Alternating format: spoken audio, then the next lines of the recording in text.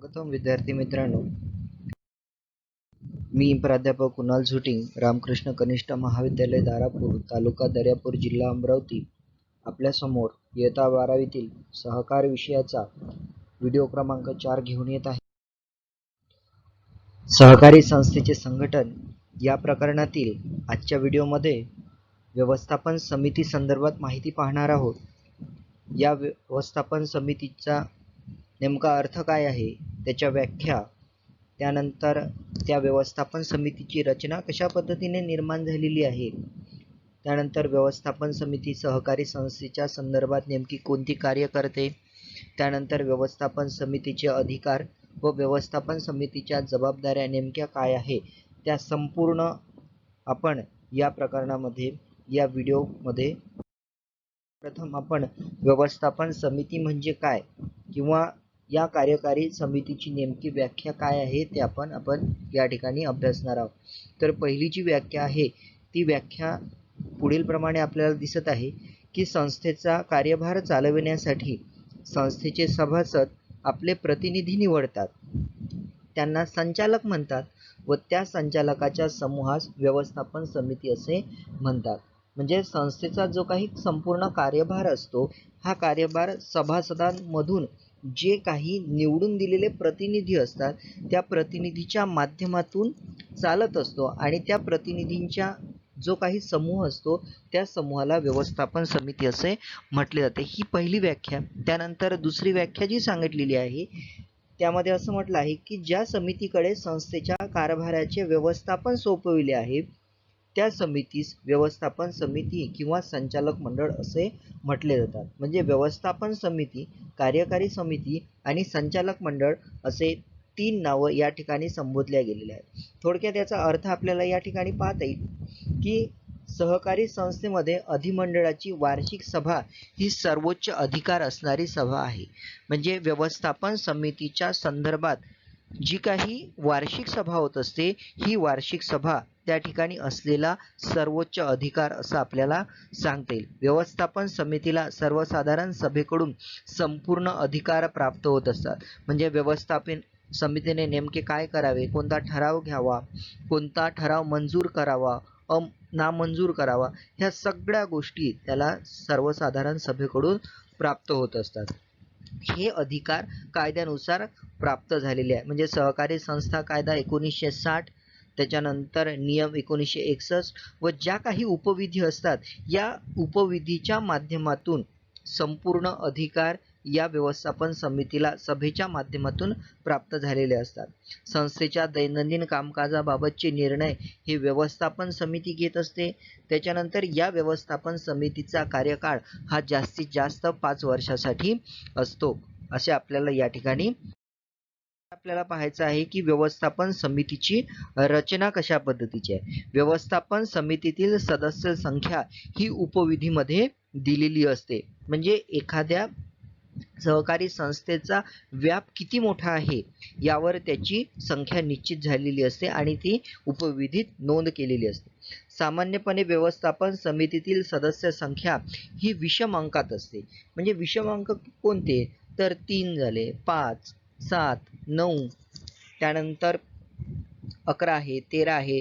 जेवढी जास्त व्यापक स्वरूपाची सहकारी संस्था असेल, व्याप मोठा असेल, तेवढी सदस्य संख्या जास्त असलेली आपल्याला दिसून येते. मग ही किती असेल, जास्तीत जास्त 21 पर्यंत. म्हणजे कितीही मोठी सदस्य संख्या असली तर त्यामध्ये व्यवस्थापन समितीतील सदस्यांची संख्या ही 21 पेक्षा जास्त नसते. मग आता जेवढ्या काही सहकारी संस्था आहे त्यामध्ये व्यवस्थापन समिती आहे, त्या व्यवस्थापन समितीमध्ये कमीत कमी 2 महिला सदस्य असणे अतिशय आवश्यक आहे. आणि निबंधकास या ठिकाणी सदस्य संख्या ठरवण्याचा अधिकार सुद्धा प्राप्त झालेला आहे. म्हणजे तुम्ही जी सदस्य संख्या ठरवलेली आहे ती सदस्य संख्या ही निबंधकाकडे पाठवावी लागते आणि निबंधकाच्या परवानगीने ती सदस्य संख्या मान्य होत असते. असे आपल्याला या ठिकाणी व्यवस्थापन समिती जी आहे, जी सहकारी संस्थेशी निगडीत असलेल्या प्रत्येक घटकाच्या संदर्भात कार्य करत असते, त्या व्यवस्थापन समितीची नेमकी कार्य आपल्याला या ठिकाणी पाहायची आहे. तर एकूण 10 कार्य आपल्याला या ठिकाणी दिसून येत आहे. तर पहिला आहे धोरणांची अंमलबजावणी करणे, त्यानंतर सभासदत्वास मान्यता देणे, कार्यालयीन कर्मचाऱ्याची नियुक्ती करणे, भागभांडवलात वाढ करणे, निधीमध्ये वाढ करणे, सेवकांच्या तक्रारीचे निवारण करणे, त्यानंतर सदस्यांच्या तक्रारीचे निवारण करणे, सभासदांचे हितसंरक्षण करणे, निवडणुकांचे आयोजन करणे आणि सर्वसाधारण सभांचे सुद्धा आयोजन करणे, अशा पद्धतीची एकूण 10 कार्य आणि या 10 कार्याच्या अंतर्गत येणारी विविध प्रकारची कार्य व्यवस्थापन समिती करत असलेली दिसून येते. आता नेमकं कोणकोणती कार्य करते याचं विश्लेषण.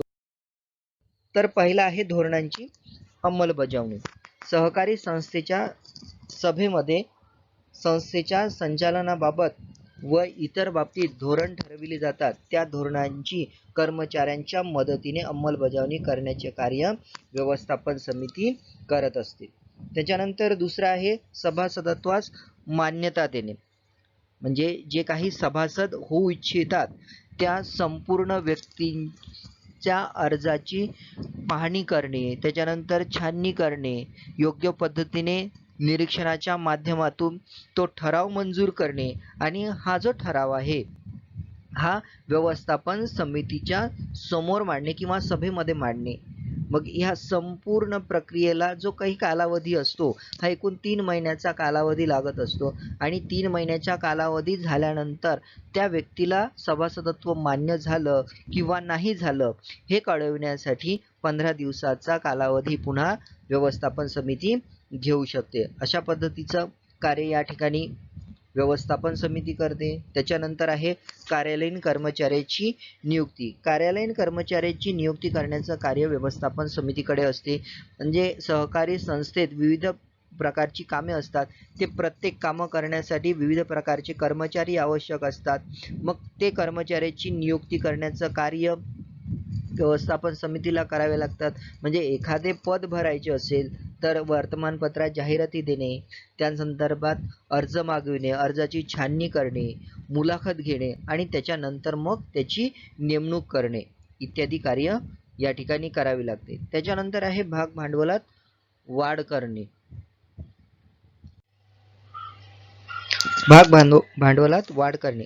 कार्यरत असलेल्या सहकारी संस्थेत आवश्यकता भासल्यास अधिमंडळाची वार्षिक किंवा विषय सर्वसाधारण सभेत भागभांडवल वाढीबाबतचा ठराव मंजूर करून तो निबंधकाकडे मंजुरीसाठी पाठविला जातो. यावर निबंधक भागभांडवल वाढ करण्याबाबत निर्णय घेत असतो. निबंधकाच्या मान्यतेनुसार व्यवस्थापन समिती भागभांडवल वाढविण्यासंदर्भात पुढील कार्यवाही करत असते. त्यानंतर आहे निधीमध्ये वाढ करणे. आता सहकारी संस्थेमध्ये विविध प्रकारची कार्य असतात. ती कार्य करण्यासाठी निधीची आवश्यकता असते. मग ही निधी आणायची कुठून? तर वेगवेगळ्या प्रकारच्या ठेवी स्वीकारणे, विविध प्रकारच्या बँकेच्या माध्यमातून कर्ज घेणे, विविध प्रकारचे जे देणगीदार असते त्यांच्याकडून देणगी स्वीकारणे इत्यादी मार्गाचा वापर करून सहकारी संस्था वाढ केली जाते. त्याच्यानंतर आहे सेवकांच्या तक्रारीचे निवारण करणे. सहकारी संस्थेमध्ये विविध प्रकारचे कर्मचारी असतात. आता त्या कर्मचाऱ्यांच्या काही मागण्या असतात, काही तक्रारी असतात, काही सूचना असतात. या सूचनांचे योग्य पद्धतीने जर निवारण झाले नाही तर सहकारी संस्थेमध्ये असंतोष निर्माण होऊ शकतो आणि त्याचा कामकाजावर विपरीत परिणाम सुद्धा होण्याची शक्यता निर्माण असते. म्हणून प्रत्येक सेवकांच्या, प्रत्येक कर्मचाऱ्यांच्या तक्रारीचे निवारण करण्याचे कार्य व्यवस्थापन समितीला पार पाडावे लागत असते. त्यानंतर आहे सभासदांच्या तक्रारीचे निवारण. पहिले पाहिलं आपण सेवकांच्या तक्रारीचे निवारण, आता पाहूया आपण सभासदांच्या तक्रारीचे निवारण करणे. सभासद हा संस्थेचा खरा मालक असतो. मग त्याला योग्य सन्मान मिळणे अतिशय आवश्यक असते. जर असे होत नसेल तर सभासद हा व्यवस्थापन समितीकडे अशा पद्धतीची तक्रार करू शकतो.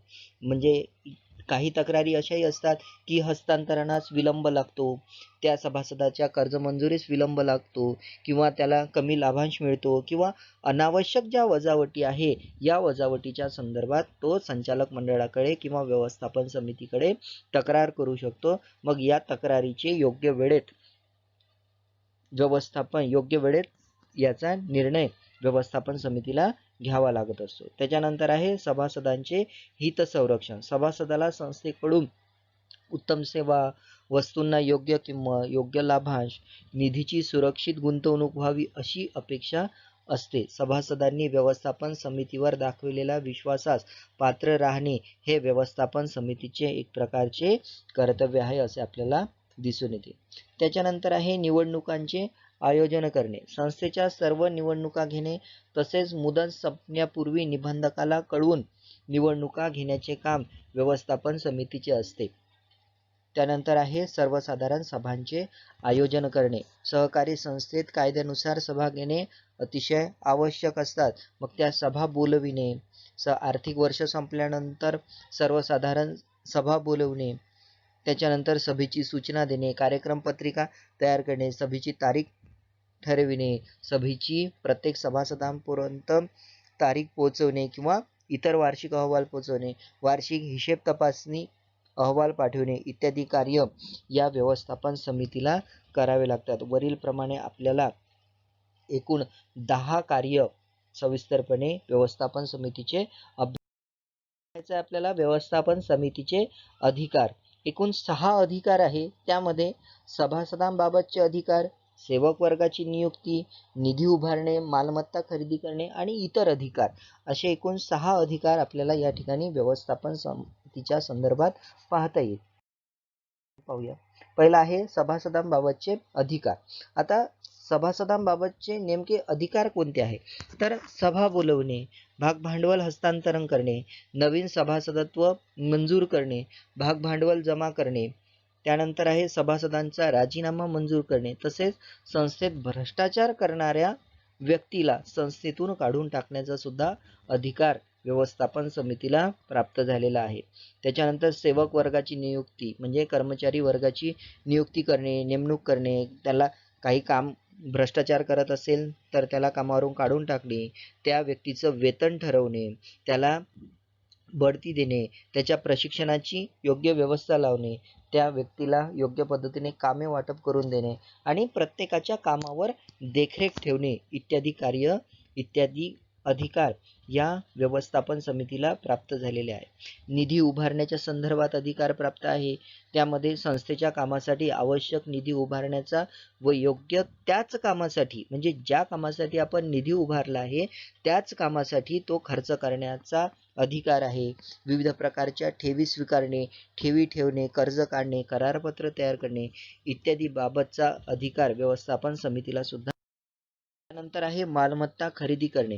सहकारी संस्थेसाठी जमीन, इमारत, फर्निचर इत्यादी मालमत्ता खरेदी करण्याचा अधिकार हा व्यवस्थापन समितीला प्राप्त झालेला असतो. त्याच्यानंतर इतर अधिकार आहे. इतर अधिकारामध्ये नोंद पुस्तके, हिशोब पुस्तके पाहण्याचा, हिशेब पुस्तक ठेवणे, मासिक, त्रैमासिक व वार्षिक हिशेब पत्रके तयार करून घेणे, त्यास मंजुरी देणे, संस्थेच्या वतीने दोषी व्यक्तीवर दावा दाखल करण्याचा व उपसमित्या नियुक्त करण्याचा अधिकार व्यवस्थापन समितीस प्राप्त झालेला आहे. अशा पद्धतीने वरील प्रमाणे आपल्याला 5 ते 6 अधिकार या ठिकाणी अभ्यासायला मिळतात. त्याच्यानंतर जबाबदाऱ्या आहे ते आपल्याला या ठिकाणी दिसून येत आहे की ज्या व्यवस्थापन समितीमध्ये ज्या वेळेस सदस्यांनी भाग घेतला किंवा व्यवस्थापन समितीवर ज्या सदस्यांची नेमणूक झालेली आहे त्यांनी 15 दिवसाच्या आत एक बंधपत्र देणे जबाबदारी असते. म्हणजे कायद्यानुसार ते देणे अतिशय आवश्यक असते. दुसरं सांगितलं आहे की सदस्यांनी व्यवस्थापन समितीवर नियुक्त झालेल्या सदस्यांनी जे काही कार्य आहे ते निस्वार्थपणे आणि प्रामाणिकपणे केले पाहिजे. वार्षिक सभा ही 30 सप्टेंबर पूर्वी आयोजित करणे व तशा पद्धतीचे तारीख ठरवणे ही एक जबाबदारी आहे. सर्व निर्णय विचारपूर्वक व चर्चा करून घेणे. व्यवस्थापन समितीला कोणताही निर्णय व्यक्तिगत पातळीवर घेता येत नाही, तर सभेच्या माध्यमातून तो विचारपूर्वक व चर्चा करूनच घेतली पाहिजे. अशा पद्धतीची जबाबदारी या ठिकाणी आपल्याला सांगता येईल. त्याच्यानंतर आहे संस्थेचे भाग भांडवल आणि निधीची गुंतवणूक फायदेशीर व्यवहारामध्ये व योजनामध्ये केली पाहिजे. संस्थेमध्ये जो काही पैसा असतो, जो काही निधी असतो तो योग्य पद्धतीच्याच व्यवहारामध्ये गुंतवला गेला पाहिजे. विवरणपत्रे, वैधानिक लेखापरीक्षण अहवाल व दोष दुरुस्ती अहवाल वार्षिक सभेत मान्यतेसाठी ठेवणे व निबंधकास पाठवणे ही सुद्धा एक जबाबदारी व्यवस्थापन समितीची असलेली आपल्याला दिसून येते. संस्थेची इमारत, वाहन, फर्निचर म्हणजे संस्थेची जी काही मालमत्ता आहे ती स्वतःच्या फायद्यासाठी कोणत्याही व्यवस्थापन समितीच्या सदस्याने वापरू नये. त्यानंतर सभेच्या समोर संस्थेची आर्थिक स्थिती, सत्य व वास्तव माहिती पुरवणे. जर अशा पद्धतीची सत्य व वास्तव माहिती पुरवत नसेल तर भविष्यात सहकारी संस्था ही संपूर्णपणे विसर्जित सुद्धा होऊ शकते.